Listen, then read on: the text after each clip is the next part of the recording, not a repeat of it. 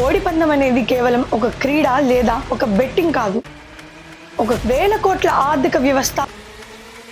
అసలు ఈ పందాల చరిత్ర ఏంటి? తరతరాలుగా ఇది ఎందుకు ఇంత బలంగా కొనసాగుతోంది? దీన్ని అడ్డుకోవడానికి ఏ ప్రభుత్వమైనా ఎందుకు భయపడుతుంది?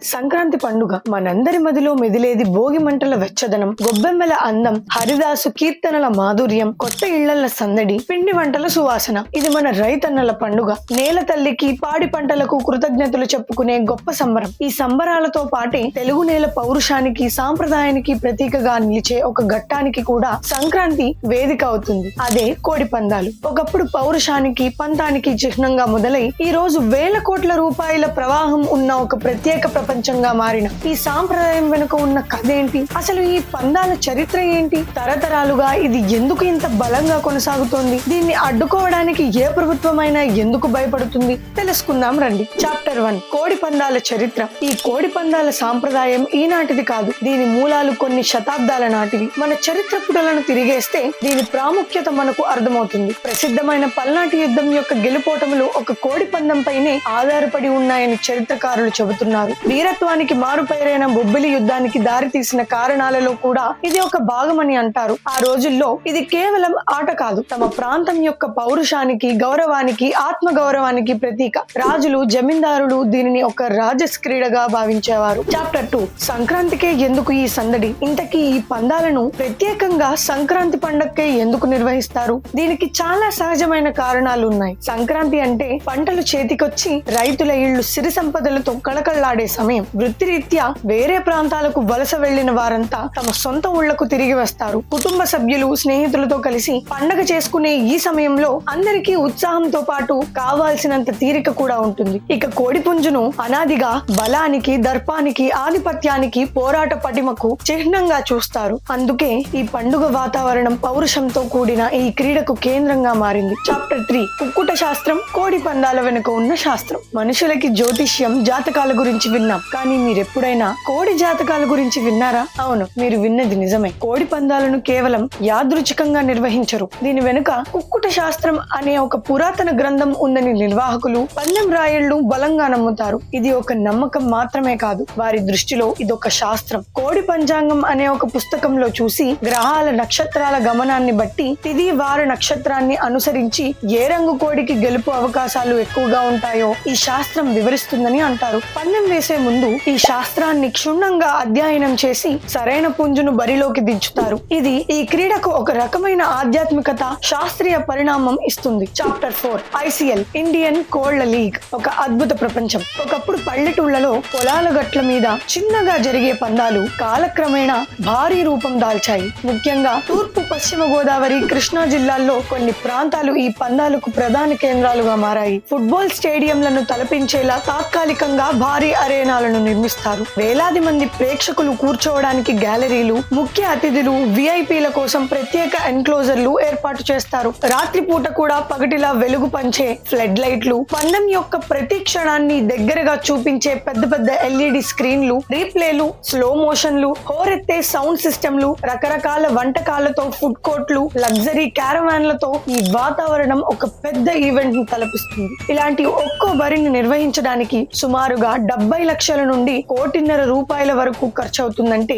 దాని స్థాయి మనం అర్థం చేసుకోవచ్చు. చాప్టర్ 5, కోడి పందెం, కోట్ల పందెం. ఇక బెట్టింగ్ విషయానికి వస్తే ఇదొక ఊహకందని ప్రపంచం. సంక్రాంతికి ఆ 3-4 రోజుల్లో ఆంధ్రప్రదేశ్ లో జరిగే మొత్తం బెట్టింగ్ విలువ సుమారుగా 3,000 నుండి 5,000 కోట్ల రూపాయల వరకు ఉంటుందని పరిశీలకుల అంచనా. ఒక్కోసారి అత్యంత ప్రతిష్టాత్మకమైన ఒకే ఒక్క పందెంపై 10 కోట్ల రూపాయల వరకు కూడా పందెం కాస్తూ ఉంటారు. సాధారణ గ్రామస్తులు తమ శక్తి మేరకు 5,000 నుండి మొదలు పెడితే పెద్ద రైతులు, వ్యాపారవేత్తలు, NRIలు, రాజకీయ ప్రముఖులు 50 లక్షల రూపాయలకు పైగా కూడా పందెం వేయడం సర్వసాధారణం. కేవలం స్థానికులే కాకుండా హైదరాబాద్, బెంగళూరు, చెన్నై వంటి నగరాల నుంచి కాక విదేశాల నుంచి కూడా ప్రత్యేకంగా ఈ పందాలను చూడటానికి, పాల్గొనడానికి వస్తారంటే దీని ఆకర్షణ ఏ స్థాయిలో ఉందో అర్థం చేసుకోవచ్చు. చాప్టర్ 6, పందెం కోడి యోధులకు శిక్షణ. ఈ పందాలలో పోరాడే కోడి పుంజులను కేవలం పక్షుల్లా చూడరు, వాటిని యోధుల్లాగా, అథ్లెట్ల లాగా చూసుకుంటారు. వాటికి ఇచ్చే శిక్షణ, ఆహారం అత్యున్నత స్థాయిలో ఉంటాయి. బాదం,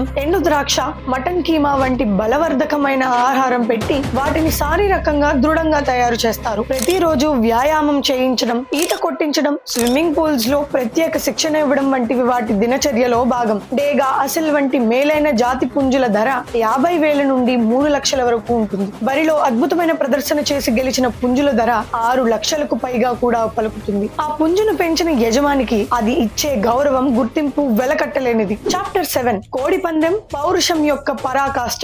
అన్ని రకాల శిక్షణ, శాస్త్ర పరిశీలన తరువాత పుంజులు బరిలోకి అడుగు పెడతాయి. ఇది కేవలం 2 పక్షుల మధ్య జరిగే పోరాటం కాదు. అది 2 యజమానుల పౌరుషానికి, 2 వర్గాల ప్రతిష్టకి సంబంధించిన యుద్ధం. పందెం ప్రారంభానికి ముందు పుంజుల కాళ్లకు సాంప్రదాయబద్ధంగా పదునైన కత్తులను కడతారు. ఆ తరువాత జరిగేది హోరాహోరీ పోరాటం. వేలాది మంది ప్రేక్షకుల కేరింతల మధ్య 2 పుంజులు తమ సర్వశక్తులా ఒడ్డి పోరాడతాయి. చివరికి ఒకటి విజేతగా నిలుస్తుంది. ఆ క్షణం గెలిచిన యజమాని, అతని వర్గం పొందే ఆనందం, గర్వం వర్ణనాతీతం. చాప్టర్ 8 సాంప్రదాయం, చట్టం, సమాజం. చట్టపరంగా చూస్తే కోడి పందాలపై కొన్ని నియంత్రణలు, నిషేధాలు ఉన్నాయి. జంతు హింస నిరోధక చట్టం మరియు ఆంధ్రప్రదేశ్ గేమింగ్ చట్టం దీనికి వర్తిస్తాయి. సుప్రీంకోర్టు కూడా దీనిపై మార్గదర్శకాలు ఇచ్చింది. అయినప్పటికీ ఇది ఎందుకు ఆగడం లేదు? దీని వెనుక ఉన్నది కేవలం ఆట కాదు, అంతకు మించిన సామాజిక, రాజకీయ, ఆర్థిక అంశాలు ముడిపడి ఉన్నాయి. గ్రామాల్లో బలమైన వర్గాలకు, రాజకీయ నాయకులకు ఇదొక ప్రతిష్టాత్మకమైన విషయం. ఈ 3 రోజుల్లో స్థానిక ఆర్థిక వ్యవస్థకు, చిన్న చిన్న వ్యాపారులకు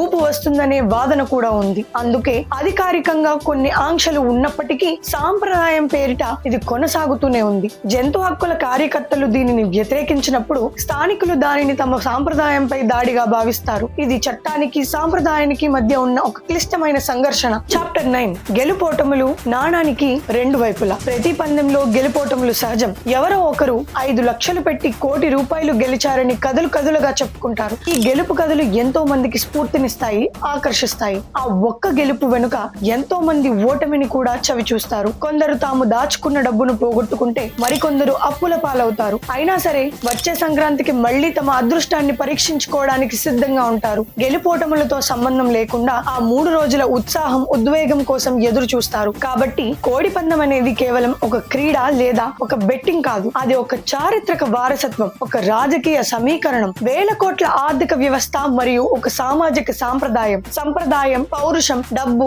అధికారం మరియు చట్టం అన్ని పెనవేసుకుపోయిన ఒక సంక్లిష్టమైన అంశం ఇది. దీనిని మంచి లేదా చెడు అని ఒకే మాటలో తీర్పు చెప్పడం చాలా కష్టం. ఈ తరతరాల సాంప్రదాయం యొక్క భవిష్యత్తు ఎలా ఉండాలని మీరు భావిస్తున్నారు? దీని స్వరూపం మారాలా లేక ఇలాగే కొనసాగాలా? మీ అభిప్రాయాన్ని కామెంట్స్ లో తప్పకుండా తెలియజేయండి. జై హింద్.